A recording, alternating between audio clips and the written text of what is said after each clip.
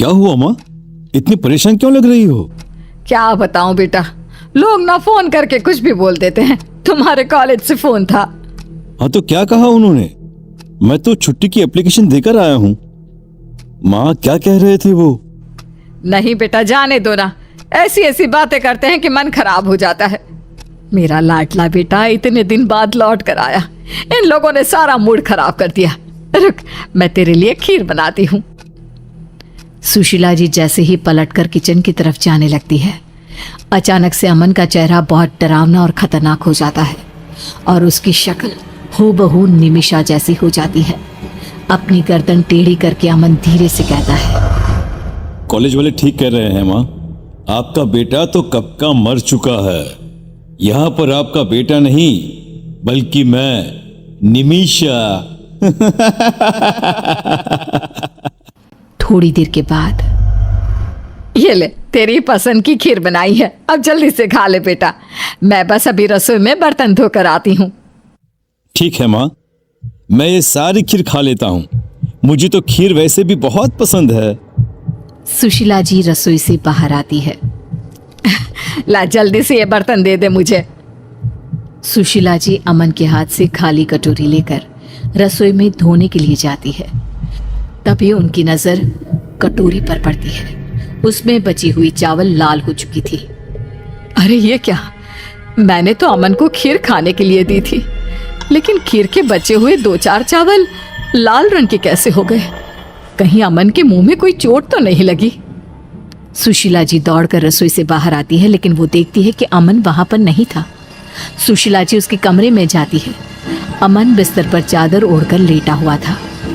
लगता है बहुत थक गया है, नींद आ गई है।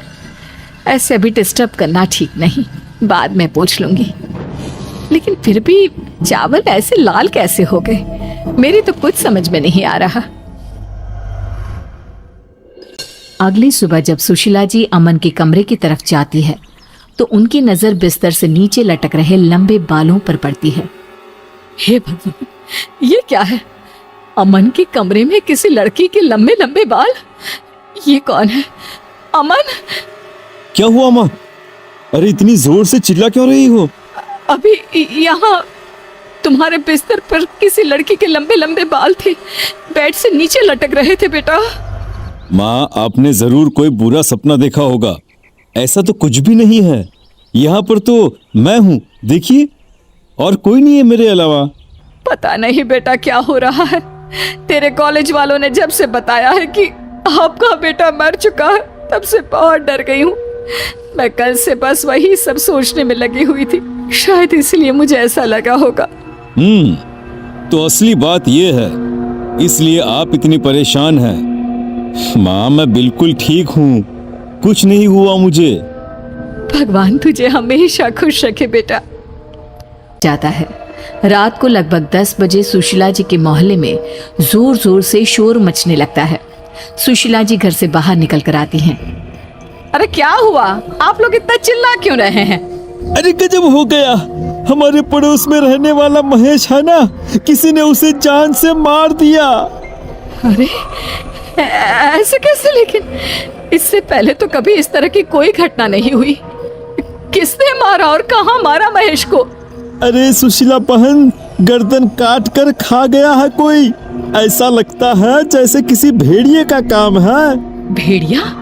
इंसानों की बस्ती में भेड़िया क्या करने के लिए आएगा? ये आप कैसी बातें कर रहे हैं भाई साहब? अरे सुशीला जी वो सही कह रहा है, खिड़की दरवाजे अच्छे से बंद करके सोइए। भगवान जाने कौन सी आफत आई है अब। जानती है, महेश के शरीर का सारा खून पी लिया था उस भेड़िए ने। सूखा कंकाल पड़ा मिला है।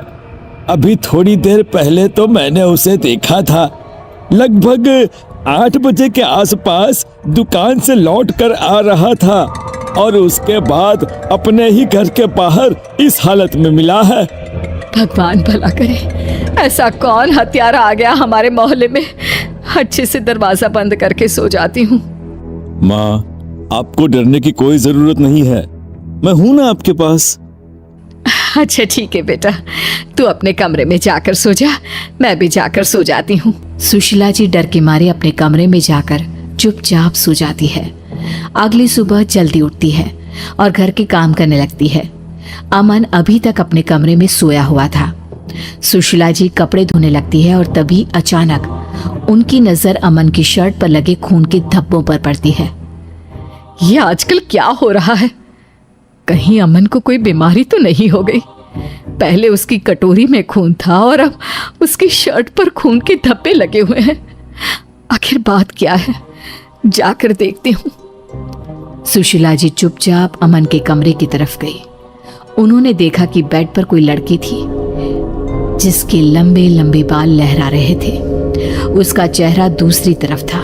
ये देखकर सुशीला जी बुरी तरह से डर जाती हैं। कौन हो तुम? कौन हो? और यहाँ मेरे बेटे के कमरे में क्या कर रही हो?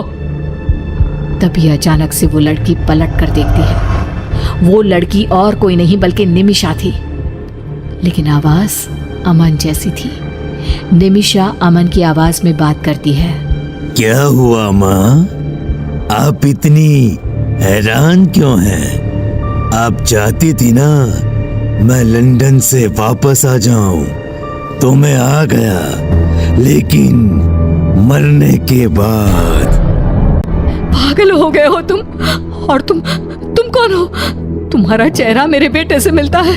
कहाँ है मेरा अमन? माँ, मैं अमन ही तो हूँ, बस मेरा शरीर निमिषा का हो गया है। ये निमिषा मुझे लंदन में मिली थी और जानती हैं, वो मर चुकी थी। बस मेरी आत्मा ने निमिषा का शरीर ले लिया, तो अब से आपके पास निमिषा और अमन दोनों रहेंगे माँ। और इतना कहकर निमिषा जोर जोर से हंसने लगती है। ये देखकर सुशीला जी वहां से भागने की कोशिश करती है, लेकिन निमिषा अपने लंबे बालों से एक रस्सी बनाकर सुशीला जी को पकड़कर खींच लेती है। माँ, आपको डरने की कोई जरूरत नहीं है। और खबरदार, जो घर से बाहर कदम निकाला तो आपने सुना नहीं, कल किसी ने महेश की गर्दन खा ली, उसे कच्चा चबा गया। जानती हूँ, अच्छी तरह जानती हूँ, लेकिन मैं अपने आप को बचा लूंगी। कुछ नहीं होगा मुझे। महेश की किसी से दुश्मनी होगी, इसलिए उसके साथ ऐसा हुआ होगा। नहीं माँ, किसी के साथ दुश्मनी नहीं थी, बस मुझे बहुत प्यास लगी थी और मुझे किसी का खून पीना था, इसीलिए ये काम मैंने ही किया है। क्या तुमने? मतलब वो भेड़िया कोई और नहीं बल्कि तुम? हाँ, भेड़िया कोई और नहीं बल्कि मैं हूँ। और जानती हैं, मुझे अब फिर से बहुत प्यास लग रही है, खून पीने का मन कर रहा है, और आप मेरी आंखों के सामने हैं, तो मैं किसी और के पास क्यों जाऊं?